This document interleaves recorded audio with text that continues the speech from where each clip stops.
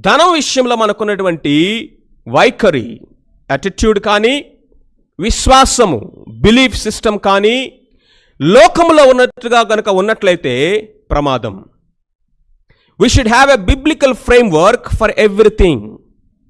ఆత్మీయ జీవితంలో మనకి వాక్యానుసారమైనటువంటి ఆ యొక్క ప్రమాణాలు కలిగిన వారుగా జీవించాలి.